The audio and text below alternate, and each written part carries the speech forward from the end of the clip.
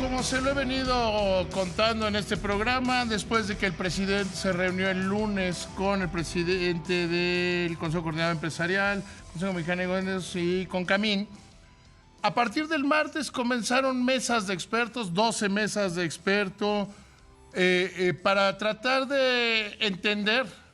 Hay quienes dicen que el punto es que el presidente dijo queremos evitar la evasión fiscal y el robo a los trabajadores, dio señales de que estaba dispuesto a negociar. Se plantearon 12 mesas que llegarán a resultados el lunes. Y para platicar de este tema tengo en la línea, me da gusto saludarte, a Juan Carlos de la Vega, vicepresidente de la Comisión Nacional Laboral de Coparmex. Juan Carlos, buenas noches. ¿Qué tal, David? Muy buenas noches, a tus órdenes. ¿Cómo han ido estas mesas?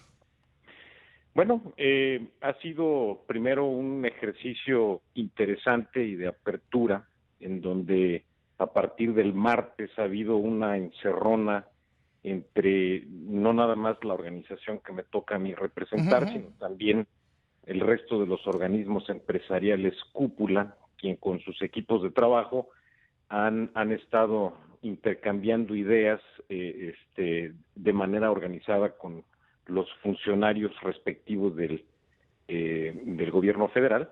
Además ahí también el gobierno está usando, hasta donde sé, su primer nivel. Es correcto, sí. O sea, ahí son técnicos, o sea, son los dos primeros niveles de empresarios y de gobierno, ¿no? Es correcto. Digo, en mi caso, como comisión laboral, exclusivamente estamos participando en ese ámbito a través de mi presidente de la comisión laboral, correcto. Ahora, hay quienes, ayúdame a ver más o menos cómo van las cosas, hay quienes dicen que la línea es que nada más los van a oír y que los están bateando. Mi impresión es que no. Tú que estás ahí, tienes la misma, ¿qué impresión tienes? Bueno, pues ese es un punto de vista interesante. Nosotros pensamos que no. ¿Por qué tanto esfuerzo, tanto tiempo, tanto dedicación, tanto análisis? Realmente, si ese fuera el resultado, sería algo realmente terrible, ¿no? Entonces, pero yo no lo creo. Yo creo que va a terminar siendo, ahí te hago un paréntesis, yo creo que va a terminar saliendo como el tema de las factureras, que parecía que venía un monstruo y terminó saliendo algo bastante bien hecho. Esa es justamente nuestra expectativa, porque incluso ha habido diálogo y apertura sobre temas que podrían considerarse un tabú en el pasado en México. Por ejemplo, te pongo un ejemplo muy importante. Las empresas mexicanas desde los años 80 y a raíz del incremento del reparto de utilidades del 8 al 10%, establecieron mecanismos para la administración de las utilidades que se reparten entre los trabajadores mediante estructuras corporativas lícitas, legales y viables. Sin embargo, ahora con las modificaciones que se pretenden en temas de subcontratación, se viene a eliminar esa posibilidad de organizar un negocio de esa manera, y el gobierno federal ha tenido la apertura de hablar incluso, eso no significa que se va a dar, de topar de alguna manera la PTU que se puede pagar, ¿no? La PTU es la utilidad a repartir. Sí, es participación de los trabajadores en la utilidad, ¿no? Es correcto. Ese era un tema tabú y ahorita está en la mesa. Entonces, es algo que yo creo que es muy positivo porque a los empresarios les da la posibilidad de definir, vamos adelante, da confianza, repartimos utilidades, pero siempre bajo un determinado tope, porque en muchas industrias, o no muchas, en algunas industrias, la aplicación estricta de la ley te lleva a aberraciones. Como en la industria de los hidrocarburos, por ejemplo, donde una petrolera que invierte miles y millones de dólares en llevar a cabo una labor de exploración y encuentra después de 7, 9, 10 años petróleo y recibe como consecuencia una utilidad, pues no claro hay que es una utilidad de un solo golpe. Exacto. Que no está con los 7 años que ponías en este ejemplo, o sea, la utilidad se registra en el año 8, por decir algo, Pero son 7 que hubo meterle, ¿no? Correcto, miles de millones de dólares que eventualmente sí generan una utilidad enorme, pero que el hecho de compartir ese 10% que hoy existe entre un grupo relativamente reducido de trabajadores te llega a absurdos de miles de millones de dólares en PTU. Entonces, ese es el tipo de cosas que yo creo que ha habido sensibilidad en parte del gobierno federal para entrar a un diálogo al respecto. Y entender las diferencias. Creo que aquí hay un tema que es fundamental y viene de todo sentido.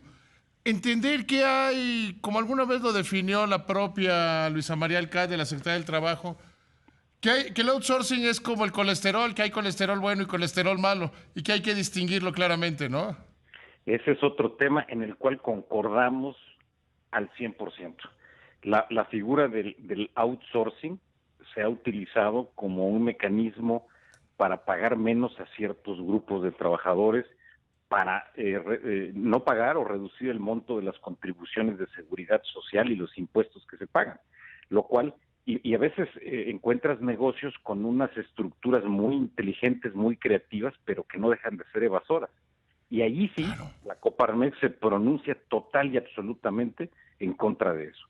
Y por eso es que nosotros estamos a favor de que haya una supervisión y una fiscalización muy estricta en relación con esos negocios, como por ejemplo la creación que ellos han propuesto de un registro de empresas de outsourcing. Es algo que estamos totalmente a favor de. Claro, y que sean empresas registradas, conocidas, verificadas, y que, y que no se permita la creación de empresas de outsourcing con 3 pesos que desaparecían. Al gobierno le interesa más el erario, a mí me interesa más el interés de los trabajadores, ¿no? Creo que coincidimos igual, a nosotros nos interesa más el interés de los trabajadores, pagar los impuestos justos, adecuados y establecidos, y por supuesto también cuidar la inversión. Y pensamos que la iniciativa de ley como fue presentada traía unos efectos que desmotivaban la inversión en México. Y que traen algunas cosas. A ver, es una pregunta de perspectiva. ¿Cómo te sientes? O sea, ¿te sientes animado? ¿Sientes que está avanzando? ¿O sientes que no? La verdad sí, entusiasmados porque creo que es un momento histórico en donde estamos entrando a discutir temas que en los últimos 40 años no se habían comentado. Ujú. Y sin duda que Estoy de acuerdo contigo en eso. hay un ambiente positivo. Obviamente de aquí a que suceda, pues no dependerá totalmente de nosotros, pero sin duda que por lo pronto hay una imagen que nos está gustando, ¿no? No, y además parecería que se está cumpliendo eso que el presidente dijo. Quiero evitar la evasión y quiero defender a los trabajadores y que el mensaje fue lleguen como quieran a ese resultado, ¿no? Es correcto. En esa línea se está trabajando. O sea que el presidente creo que se los dejó claro a los empresarios. Es yo quiero evitar la evasión y quiero defender a los trabajadores. Y lleguen como quieran al resultado, ¿no? Y coincide con la visión del empresariado formal, ¿no? Por supuesto que es el que nos toca representar a nosotros. A ver, porque meter en el mismo cajón a un miembro de Coparmex o a uno de estos, lo decía aquí el procurador fiscal hace unos días, decía Carlos Romero, de las 43 factureras que están persiguiendo y a las que prácticamente ya redujeron a cero, el 70% se escondían en figuras de outsourcing. Bueno, pues eso es con las que hay que acabar. Y esos no son miembros de Coparmex, ¿estás de acuerdo? Ni del CCE, ni del Consejo Mexicano de Negocios, ni de Canacintra, ni de Concamín, ni de la Asociación de Bancos de México. Son otra cosa. Totalmente. De hecho, existe en esa materia una asociación que es la AMECH, la Asociación Bastante Mexicana serios. exactamente de Empresas de Capital Humano, que ellas per se tienen su propio protocolo para aceptar a los miembros de esa asociación y solamente están obviamente empresas de reputación nacional o internacional que cumplen con todos estos parámetros. Como Una de las Manpower, cosas que se podría hacer sería colegiarlos. por supuesto, por Es decir, supuesto. ¿quieres hacer outsourcing? Que la AMECH tienes que estar registrado en AMECH para que, y ustedes AMECH se encargan de revisar que cumplan.